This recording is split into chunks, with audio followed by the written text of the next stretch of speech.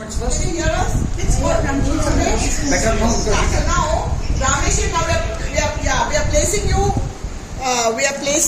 Okay, Suresh goes first. Both phones go to Suresh. Whoever's talking, the phones go to them. But how is they talking there? No, I can hold it. I can record. It's forward to them, no? Yeah, then the voice is good. This is Ramesh. Hello. Rameshan. Yeah. I am going first and then I will hand over to you. You can go next and then we will record that also. Okay? Okay. I'll make the announcements now. You don't mind? No. Yeah. Yeah, you can sit down. We had, this is the one. Yeah. You can hold on. Yeah. We had our hybrid meeting last month. We tried it. Because we don't have the proper equipment to really do a hybrid meeting, it was very, very patchy. In fact, three of us, Nitya, myself and Purva, did not interact with any of the other 9 people who turned up. Full time we were running to the computer, switching it off, running back, switching it on, this sort of a thing. So it's a flop, let's leave it. It doesn't work. Unless there is a dedicated person who will be sitting in the room and doing all this, it won't work. It won't work. What happened? So, we don't want to try a hybrid meeting with the equipment we have. So, we are thinking of trying one more experiment this time, what we are right now doing.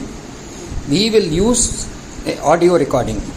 Ultimately, that's what people want. If you can't see us, so what? As long as we get the audio, it's the second best. Okay. So, we will try the audio this time. Use this as a mic. We will pass this around, all of us will talk into it.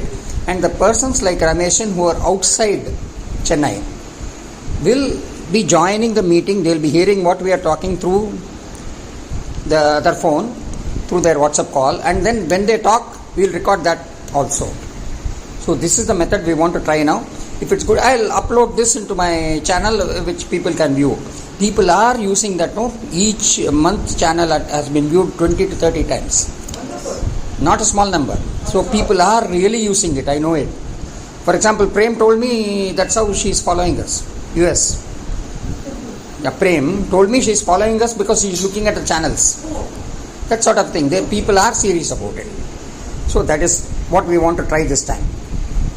Then I asked about a voice recorder. Anybody here has a voice recorder? It would be wonderful, but it doesn't work. Okay. Then one more point I just want to bring out, because it has been talked about in our group also, and we are also thinking, because of the COVID situation also, should we not go back to Zoom meeting? Point number 1. Because attendance was quite good, as you can see. In Zoom meetings, attendance was quite good. Should we go back to Zoom meetings? This atmosphere is not there, I fully agree. Maybe it should be every alternate month or every 3 months or something. We have said 2 months of Zoom and then 1 month of physically meeting here. What do you feel? This is something. I think that makes sense. Let's keep our minds open on this. Right now, the situation is like that people are moving around in the city.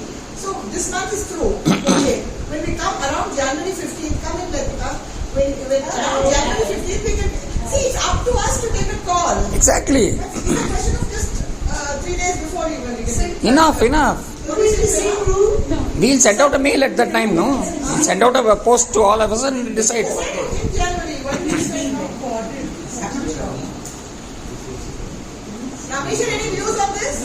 Why didn't you pull up the chair? Sorry? Do you have any views on the concept of having a Zoom, going back to Zoom meeting? I don't think you can hear. Rameshan, Devika is asking whether you have any opinion on going back to Zoom meeting or staying on physical meeting. Well, I think we can have alternate Zoom and physical meetings. Maybe 1 month is Zoom, the other month is physical. Okay. So now our audio meeting starts. Who wants to go first? You can go first, no? Or I'll finish it. Why don't you sit down? Why are you standing? Yeah, if possible, I would like to go. Wonderful. Oh, He said he wants to go. Do first. it. Yeah, okay. You're on. Okay, so I found the book very interesting. It is not purely a detective novel, but it's really a historical novel, and one of the best ways to learn about the events of that period, because I think the author was very accurate in portraying the arrogance of the British, their acquisitiveness, in grabbing that Haveli, their cruelty towards the population, and the fact that it was not always like that. The early British, the early British men were more willing to kind of treat Indians as equal, and then they changed when they realized they wanted to extract more from the Indians, and then it served their purpose to keep the Indians at a level beneath them, to exhibit contempt towards them all the time.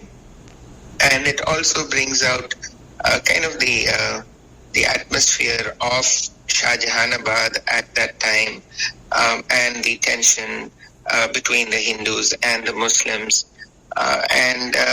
It's a sad book because at the end, and really, if anyone hasn't finished the book, I think the last few pages are very important to read.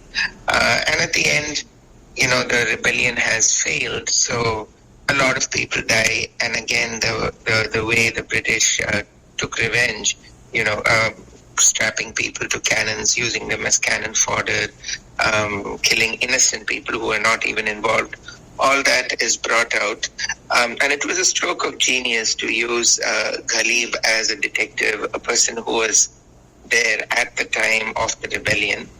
And then the way the spy network was set up, there was no communication. They didn't have cell phones or telegrams, they had telegrams, and they had to do a lot to make sure that the British couldn't communicate using the telegraph machine. But in an era where communication was not at all instantaneous, how people kept in touch, that was very interesting.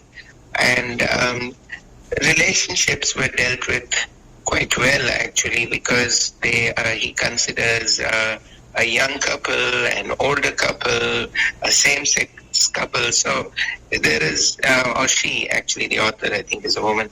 But whatever it is, there was an attempt to portray a lot of different emotions from many different people, and it was done very well. The language was very good. In some places, it was very lyrical. In one or two places, it sounded a little contrived, but on the whole, I was very pleased with the way the flow of the language in the book. And I think this is one of the best ways to learn history, actually. As long as the facts are accurate and doesn't interfere with the fiction, this is one of the best ways to learn it. I think that's all I have. I enjoyed the book. It opened in a different way, but it ended in a different way. But I liked the experience of reading it. Great, thank you. The problem with Rameshan is there's nothing we can talk once he finishes. That's why we don't like you to go first. We normally want him to go last because of that. Because you said it all. What else do I say? Repeat what you See, let me put it this way. Raza Mir is an expert on Ghalib. He's written a book on Ghalib alone. Things like that. He's supposed to be an expert on the subject. It's obvious once you read the book.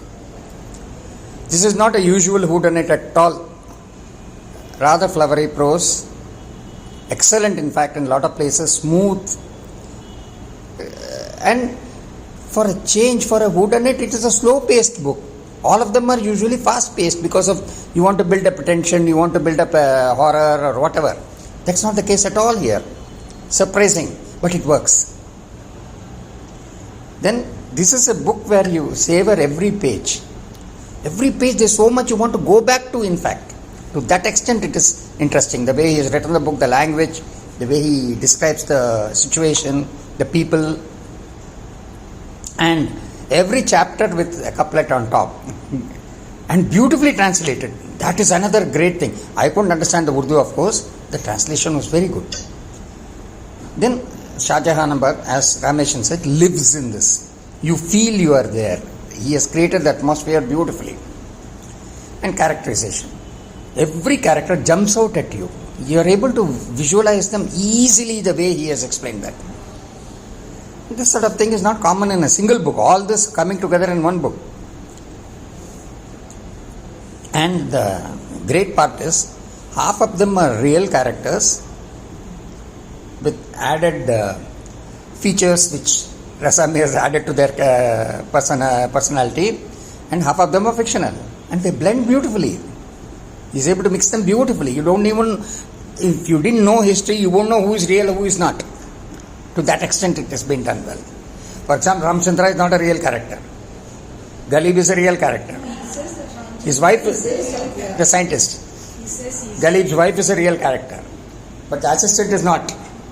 This is almost, you won't believe it unless you know history.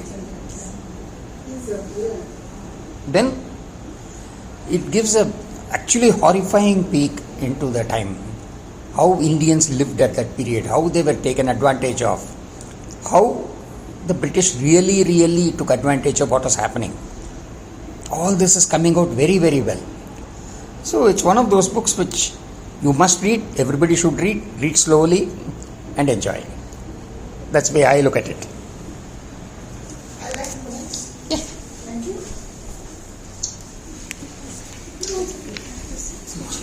I like the book. I wish I read it in the month of May when I had a lot of time and I could sort of put on the air condition and sort of dream of Mushairas. Sadly, this December seems to be so full for me, so there I was hurriedly reading. I also thought the fact that the author's photograph, he's very handsome, that helped me in reading the book. Because every time I'd look at him and I'd say, gosh, imagine you in that Mushaira, what would I do? Okay. And I look back on my school days and I think all I learned about this mutiny was 3 sentences. That there was a mutiny, that it failed, and that there was this thing about this pork and this beef. Okay. I mean, can you imagine that I must have been the poorest student of history on planet Earth. That's all I knew. If I had had a book like this, then the way they worked hard at trying their best and the number of lives that were lost and the sort of planning. And as Rameshan very correctly pointed out, there was no WhatsApp in those days to say, hello, guess what, who's coming? So it was like, it was a very good read, and I personally felt that the murder was just a by the way for me, because it was more about an elaborate picture of those times, and I personally felt that the Mushairas and the Nawabis brought this on themselves, brought the British on themselves, because they hadn't got their act together at all. There they were busy just saying wah wah wah wah. Yeah, exactly. Yeah. And there's one thing, if I had to say about the book which I didn't like, is he used the F word, which I don't think was right. I mean, it sort of struck me. It was quite a few times he used the F word, and the F word didn't seem appropriate. I would have preferred a gentler usage of another word. I don't know what word he could have used. Well, what else? I really like that lady. What is her name? Now, 1 second. Haidari. Aha! She was my type of woman. Really, yes. Okay. And he brought Ghalib alive. I knew Ghalib was a poet, and he was there in those times. That's all I knew. He's brought him alive. You can imagine the man with his aristocratic look and not much money, but yet a cheer. On the whole, nice read. Thank you, whoever recommended it. I would like to know who did. Thank you. You did. Prema. Thank you. Thank you very much. On to the next person. Who next? Hi, Sundari. Yep. I just finished my exposition. I'll go next. I would just add an explanation for Devika's, because a lot of everything that I wanted to say has been said. So, see, in Hindi, Urdu, you have a whole lot of these Ma Behan Galis, which when translated is the F word and nothing else. So, yes, the Ma Behan Galis are all Fs.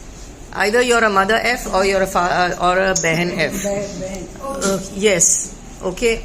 And so that is why it comes so often, because once everybody learns that language, especially when that Kirori Mal he goes and he gets a thing. That's where the first F words come in. That yes. No, because it is nothing but mother F and sister F. No, but can't it be? No, there is no other word. There is. In Bombay all the time. Yes. Yes. Everybody uses it. Everybody uses it. So he has just translated that into English. So that you cannot avoid it. That's all. Huh? You like the book, you were saying? I like the book. I enjoyed going back into that era. I really enjoyed going back into that era. And Shah Jahanabad came completely alive. And having lived a fair bit in Delhi, I could kind of piece together those places that he has brought out in this book. And I like the horse ride that he does. Just the very first horse ride, the entire description is something else altogether. And you go into it, completely into that. Yes, till the bullet gets him. That description is fantastic, no doubt about it. To add to what Lulu said, this Kallu walking down, though there is a body waiting there, and we're all saying, "Gosh, there's a body." Exactly. How beautifully it's described. Yes.